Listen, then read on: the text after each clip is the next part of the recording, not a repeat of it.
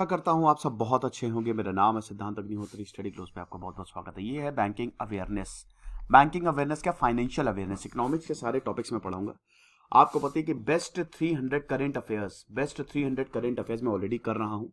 ये जुलाई से लेकर दिसंबर तक, मतलब हर मंथ ये बैंकिंग अवेयरनेस और बेस्ट 300 अपडेट होते रहेंगे। तो आपको कोई भी प्रॉब्लम नहीं है। बता दूं कि 1 जनवरी से हमारे सारे प्राइजेस जो है वो हाइक हो जाएंगे। पेड कोर्सेज में भी जा रहा है, ठीक है। तो अभी इसी वक्त हमारे शानदार कोर्सेज अवेल करें, क्योंकि अभी एक्स्ट्रा 25% ऑफ है। न्यू ईयर 2022 कूपन कोड आपको यूज करना है। ज्यादा जानकारी के लिए डिस्क्रिप्शन में दिए हुए नंबर पे कॉल कर सकते हैं, नहीं तो ऐप तो डाउनलोड करिए ही आप। पहला सवाल याद रखिएगा, कल क्या परसों तक है मैं पूरा कर दूंगा, पूरा नवंबर तक, मतलब दिसंबर के जनवरी में होंगे। तो लॉ मिनिस्टर रविशंकर प्रसाद, इन्होंने इतात ए द्वार, ये ई फाइलिंग पोर्टल है। अब ये किसका है? देखिए, ई फाइलिंग पोर्टल है, मतलब आप इनकम टैक्स, भाई आईटीआर भरते हो ना, इनकम टैक्स रिटर्न, तो आप इसको क्या कहते हैं कि फाइल कर सकते हो। तो अगर हम बात करते हैं ITAT, इटैट, इसका है इनकम टैक्स अपैलेट ट्रिब्यूनल, इतात ए द्वार। ये नई दिल्ली में इसको लॉन्च किया। और इसको कौन लॉन्च करेगा आप मुझे बताइए। भाई सिंपल सी बात है, इसको income tax tribunal, appellate tribunal launch करेगा ना। तो द करेक्ट आंसर इज ई। ये मैंने जो एक्सप्लेनेशन है वो भी साथ में दिए हुए हैं। इसकी पीडीएफ जो है आपको बता दूं कि देखिए, जो हमारे पेड कोर्सेज वाले हैं उनको तो इसकी पीडीएफ कोर्स में मिल जाएगी, और जो ऐसे हैं उनको studyglose.com ये हमारी वेबसाइट, आपको पीडीएफ जो है वो यहां पे मिलेगी। ओके, तो अब अगला सवाल, FATF financial action task force, इनमें से कौन से देश को ग्रे लिस्ट में इंक्लूड किया है? दोस्तों बहुत ही आसान सा सवाल है ये। आपको पता ही है कि अगर आप टेरर फाइनेंसिंग कर रहे हो, आतंकवाद को बढ़ावा दे रहे हो मनी लॉन्ड्रिंग के थ्रू, तो आपको FATF, इसमें 2 लिस्ट होती है, ग्रे लिस्ट होती है, वार्निंग होती है, ब्लैक लिस्ट होती है, जो पूरा ही बायकॉट सैंक्शंस लगा दिए जाते हैं। अमेरिका जो है इसको कंट्रोल करता है, हालांकि इसमें बहुत सारे देश हैं। तो FATF में अभी रिसेंटली फिलीपींस और पाकिस्तान भी अभी तक ग्रे लिस्ट में है। तो अभी जो है वो फिलीपींस जो है वो इंक्लूड हुआ है, ठीक है। तो ये चीज है, आगे बढ़ते हैं। The national postal worker day is marked every year on, postal worker day 1 जुलाई को मनाया जाता है, ठीक है। भाई जो पोस्टल वर्कर्स ने कंट्रीब्यूशन दिया है हमारी समाज में, कमाल का है ना।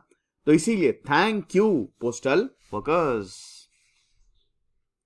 What is the rank of India in the global cyber security index, GCI? तो भारत की 10वीं रैंक है, 10th best country in the world global cyber security index, जो कि 2020 में कौन इसको रिलीज करता है? इंटरनेशनल टेलीकम्युनिकेशन यूनियन, ITU का हेडक्वार्टर कहां, चलिए मुझे बताइए कमेंट बॉक्स में। Hausla, inspiring her growth, a comprehensive programme for catalysing women entrepreneurship. एक तो इसमें सवाल ये बन सकता है, याद रखिएगा इसमें एक से काफी सवाल निकलेंगे। एक तो इसमें सवाल ये बन सकता है कि हौसला किस चीज के लिए बनाया गया है, तो वुमेन एंटरप्रेन्योरशिप। अब इसको आप याद करिए, हौसला हमको किसका बढ़ाना होता है, याद करने का भी मस्त तरीका होता है, तो औरतों का, वुमेन एंटरप्रेन्योरशिप। तो भाई अभी सबसे कम कौन से राज्य का हौसला है? सबसे कम हौसला है जम्मू एंड कश्मीर। तो जम्मू एंड कश्मीर का भी सरकार जो हौसला बढ़ा रही है। तो लेफ्टिनेंट गवर्नर कौन है जम्मू एंड कश्मीर के? मनोज सिन्हा। उन्होंने ये स्कीम जो है वो लॉन्च की, ताकि प्रोडक्ट्स और सर्विसेज जो हैं वो और ज्यादा हम दे सके और वुमेन एंटरप्रेन्योरशिप को बढ़ावा मिल सके, राइट। आगे बढ़ते हैं। What is the interest rate on senior citizen saving scheme for second quarter, जुलाई से सितंबर? ये इतना ज्यादा इंपॉर्टेंट नहीं है।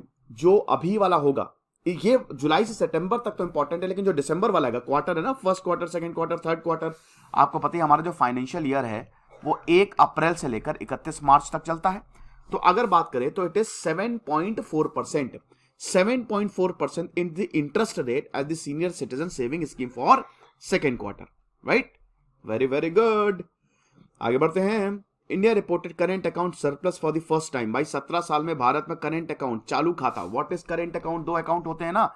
आपको पता ही है कि जो आपका बैंक होता है, बैंक वो पैसा कैसे कमाता है? लोन्स देके। लेकिन बैंक के पास पैसा कहां से आता है? NDTL, net demand time liabilities. देखिए नेट डिमांड में क्या आएगा? इसमें आपके सेविंग डिपॉजिट्स आ जाएंगे, करेंट डिपॉजिट्स आ जाएंगे, ठीक है ना।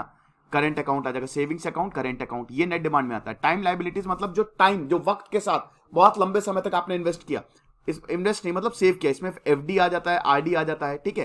तो सेविंग्स अकाउंट क्या होता है कि जो आप सेव करते हो, आपका पैसा आया आपके खाते में जाता है।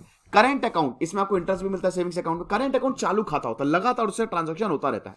तो जो बिजनेस होते हैं ना वो करेंट अकाउंट ही खुलवाते हैं। तो भारत करेंट अकाउंट, अगर भारत की बात करें भाई, तो भारत जो बेच रहा है, भारत जो दूसरे देशों से बिजनेस कर रहा है वही तो होगा ना।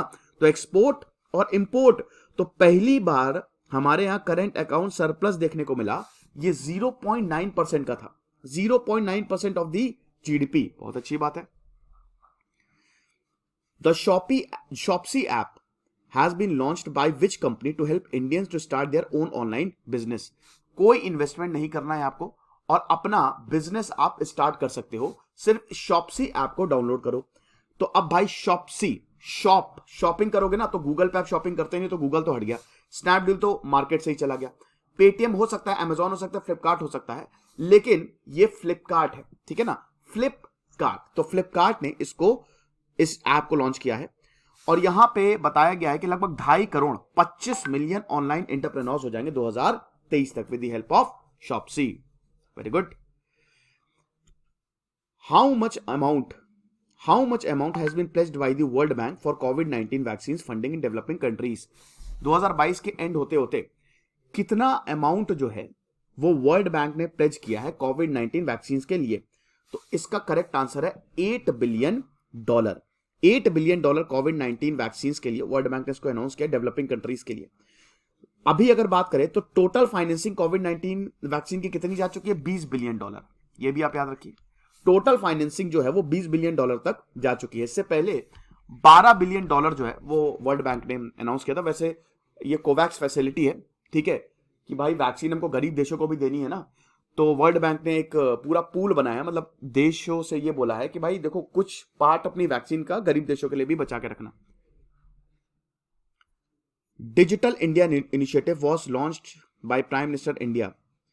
ये 1 जुलाई 2021 को, नहीं सॉरी 2015 को एक्चुअली इन्होंने लॉन्च किया था। 1 जुलाई 2021 को, इसने 6 साल पूरे किए हैं। जुलाई के करंट अफेयर्स हैं तो इसीलिए थोड़ा सा याद रखिएगा।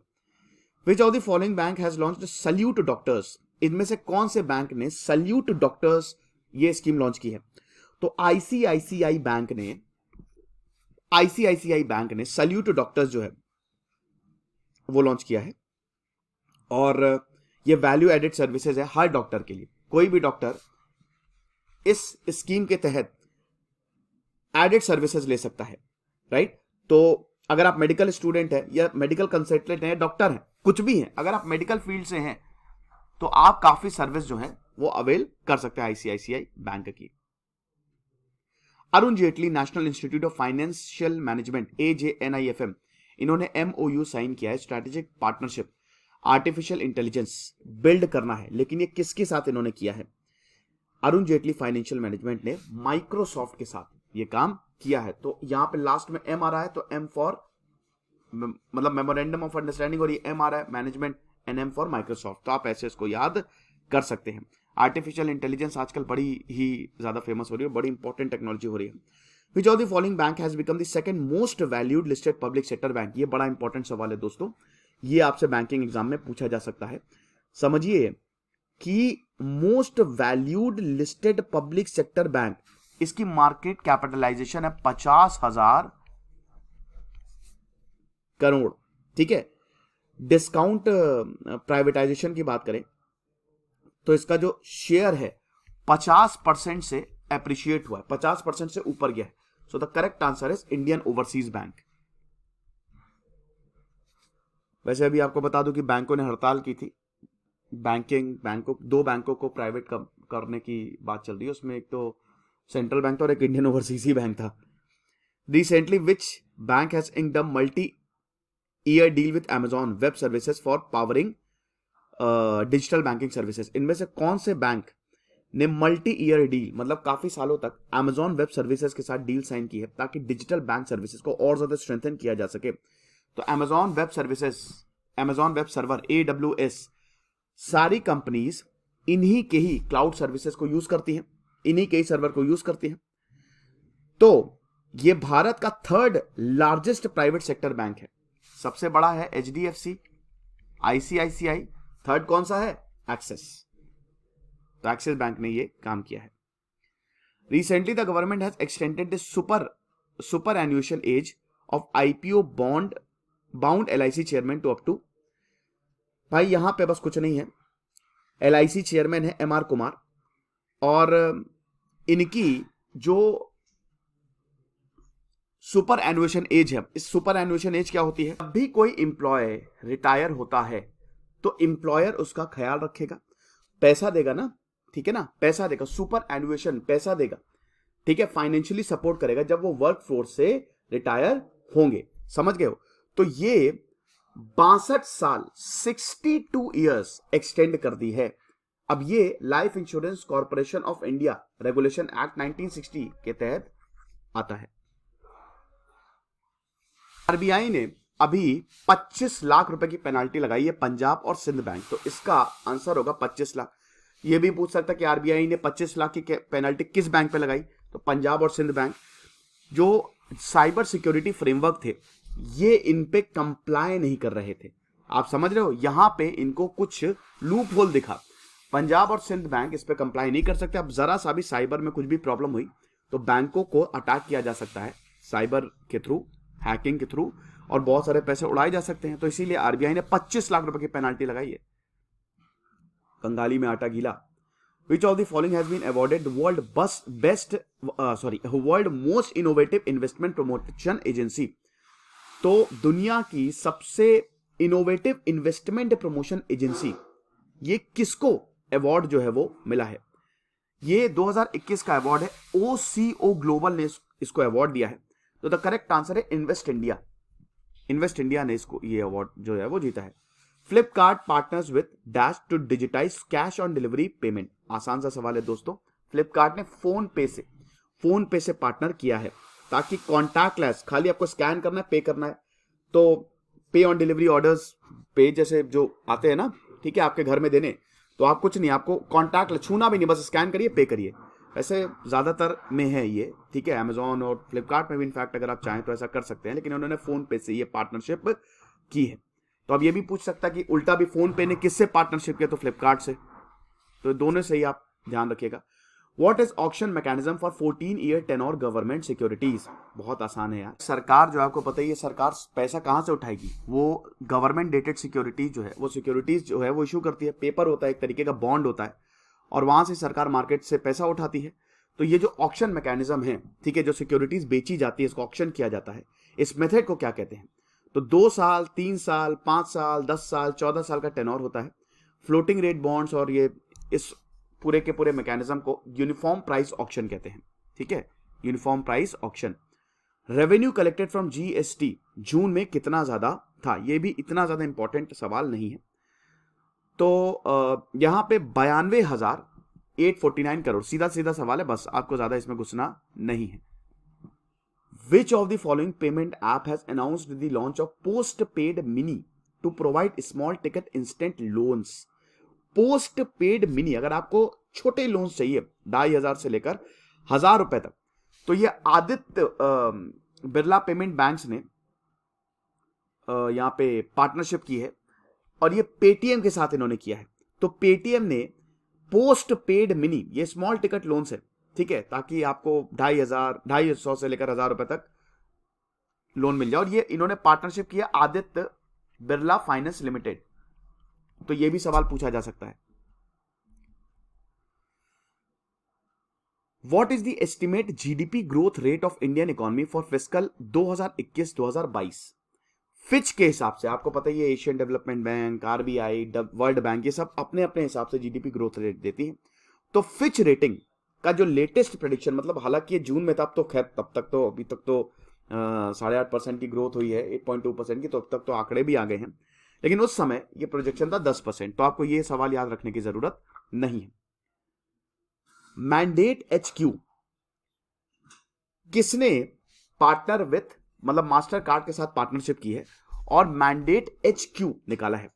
तो भाई भारत का सबसे लव्ड पेमेंट गेटवे रेजर पे, हमारा भी रेजर पे ही है। रेजर पे सबसे अट्रैक्टिव ऑफर जो है वो देता है और बहुत ही कम कमीशन लेता है, तो इसीलिए लोग रेजर पे को ही चूज करते हैं। Which of the following metro rail corporation has launched India's first fast tag और यूपीआई बेस्ड पार्किंग फैसिलिटी? तो भाई कौन होगा ये? डीएमआरसी। तो भारत का पहला फास्ट टैग या यूपीआई यूनिफाइड पेमेंट इंटरफेस, कुछ नहीं करना है, पार्किंग में आप गाड़ी ले जाइए, फास्ट टैग से अपने आप पैसा डेबिट हो जाएगा, आपको पैसा देना नहीं है पार्किंग में, डीएमआरसी की पार्किंग में। Amazon has launched first digital Kendra in India in which city? तो Amazon ने पहला डिजिटल केंद्र सूरत, गुजरात, ठीक है, यहां पे लॉन्च किया है। Department of Public Enterprises has been brought under which ministry by the central government? ये इंपॉर्टेंट थोड़ा सा सवाल है। तो यहां पे finance ministry, ministry of finance के अंडर डीपीई जो है वो आ गया है। फाइनेंस मिनिस्टर कौन है? Nirmala Sitharaman. RBI has imposed monetary penalty on which of the following bank? भाई बहुत सारे रेगुलेटरी नॉर्म्स का इन्होंने हनन किया, तो इसीलिए जबरदस्त पेनाल्टी लगाई है। 8 जुलाई को आरबीआई ने यह बोला था कि भाई हम एसबीआई, बैंक ऑफ बड़ौदा, बंधन बैंक और इंडसइंड बैंक पे पेनाल्टी लगा रहे हैं, यानी कि ऑल ऑफ दी एबव। यह भी पूछा जा सकता है कि कितने बैंकों पे पेनाल्टी लगाई, तो 4 बैंक्स, एसबीआई भी है इसमें। Which bank has signed memorandum of understanding with the Indian Army to offer defense service salary package for Indian Army under its Power Salute? ये इनका प्रोग्राम है पावर सल्यूट। अब किस बैंक ने भारतीय सेना के साथ एक मेमोरेंडम ऑफ अंडरस्टैंडिंग साइन किया है जिसमें ये डिफेंस सर्विस सैलरी पैकेज देंगे इंडियन आर्मी को? तो ये 3rd largest private sector bank है, एक्सिस बैंक, इन्होंने ये किया है। पावर सल्यूट इन्हीं का ही इनिशिएटिव है, ठीक है। Max Bupa health insurance has entered into a bank insurance. Bank insurance जब बैंकिंग सर्विसेज के अलावा इंश्योरेंस भी बेचता है, ठीक है। तो ये इन्होंने एक्सिस बैंक के साथ ही इन्होंने ये पार्टनरशिप जो है वो की है। मैक्स बोपा हेल्थ इंश्योरेंस, यानी कि अब आप एक्सिस बैंक में जाएंगे तो आप इनका हेल्थ इंश्योरेंस जो है वो लेंगे। Cabinet approves an increase in dearness allowance. Dearness allowance जो आपको घर के लिए मिलता है, नहीं एचआरए सॉरी, उसमें जो आप जाते हैं ना टीए, जब आप बाहर जाते हैं या कंपनी की तरफ से जब आप टूर करते हैं तो डीए टीए सब मिलता है। तो इसमें 17% से 28%, 28%, नरेंद्र मोदी ने खुद बोला 28% तक ये बढ़ा दिया गया है। क्या बात है, बढ़िया है। Reserve bank of India has imposed restrictions on. RBI ने किस पे रिस्ट्रिक्शंस लगाए हैं? तो मास्टर कार्ड पे इन्होंने रिस्ट्रिक्शंस लगा दिए हैं, ठीक है। Which of the following state has recently announced a 10% reservation for Kapu community and other economically weaker section? EWS और कापू कम्युनिटी को 10% रिजर्वेशन दिया है, लेकिन ये कौन से राज्य में दिया? तो कापू कम्युनिटी दोस्तों आंध्र प्रदेश में आपको मिलेगी, कर्नाटक में भी वैसे आपको मिलेगी। तो 10% रिजर्वेशन जो है वो दिया है। और कौन से amendment act? 103rd amendment act 2019, उसके अकॉर्डिंग्स में ये मिला है। Federal Bank launched which of the following artificial intelligence powered virtual assistant to help customers with the banking related queries anytime? तो आपको बता दूं कि फेडरल बैंक ने FEDDY ये इन्होंने वर्चुअल असिस्टेंट, होता है ना कि आप जब भी किसी बैंक के ऐप में जाते हो तो अपने आप मैसेज आने लगते हैं, वो आपसे बात करती है, तो सब वर्चुअल होता है। तो ये artificial intelligence virtual assistance programme है फेडरल बैंक एक बहुत ही शानदार बैंक है। वर्क कल्चर की बात करो, सैलरी की बात करो, तो Federal Bank probably is the best. Pension fund regulatory and development authority has allowed foreign companies to hold up to. अब देखिए पेंशन फंड और डेवलपमेंट अथॉरिटी इन्होंने फॉरेन कंपनी से यह बोला है कि आप 49% स्टेक रख सकते हैं। आप समझ रहे हो कि 74% से 49% तक आ गए हैं। Bank of Maharashtra signed a memorandum of understanding with which bank? तो बैंक ऑफ महाराष्ट्र ने ऑन गोइंग डेवलपमेंट इनिशिएटिव, जो कि प्रायोरिटी सेक्टर लेंडिंग इन महाराष्ट्र है। प्रायोरिटी सेक्टर क्या है? एग्रीकल्चर। तो इसका करेक्ट आंसर है नाबार्ड। तो इन्होंने जो डेवलपमेंट होगा एग्रीकल्चर के लिए, इन्होंने नाबार्ड से मेमोरेंडम ऑफ अंडरस्टैंडिंग साइन किया है। Banking and financial services major Goldman सैक्स has open a global centre in. सीधा सीधा सवाल है दोस्तों, इन्होंने नई फैसिलिटी हैदराबाद में ओपन की है क्योंकि इनको ग्लोबल सेंटर्स बढ़ाने हैं ताकि बिजनेस इनोवेशन हो, इंजीनियरिंग में इनोवेशन हो। तो ये चीज है। अब ये जो नया ऑफिस है अब ये बोल रहा है कि अभी साल खत्म होते होते हम 800 लोगों को ऐड कर लेंगे और 2023 तक हमारे पास 2500 लोग हो जाएंगे। तो भारत में ये भी एक्सपैंड करने वाले हैं। एशियन डेवलपमेंट बैंक, भारत के economic growth forecast Asian development bank ने कितनी प्रेडिक्ट की है? 10%, सीधा सीधा 10%। विच बैंक है, याद रखिएगा जुलाई के करंट अफेयर्स है ना, तो which bank has signed an memorandum of understanding with Indian Navy for salary account? Kotak Mahindra bank के साथ इंडियन नेवी ने सैलरी अकाउंट के लिए मेमोरेंडम ऑफ अंडरस्टैंडिंग साइन किया है। Which bank has launched a co branded credit card with Hindustan petroleum corporation limited? Co branded credit card HPCL के साथ कौन से बैंक ने लॉन्च की है? तो the correct answer is ICICI। इन्होंने क्रेडिट कार्ड, को ब्रांडेड क्रेडिट कार्ड और हिंदुस्तान पेट्रोलियम कॉर्पोरेशन लिमिटेड के साथ इन्होंने ये साइन किया है। Who has been appointed to UN Tax Committee as a member for the term period 2021-2025? तो यूनाइटेड नेशन टैक्स कमिटी के मेंबर कौन बने हैं? सीधा सीधा सवाल है। Financial ministry joint secretary Rashmi R Das is the correct answer.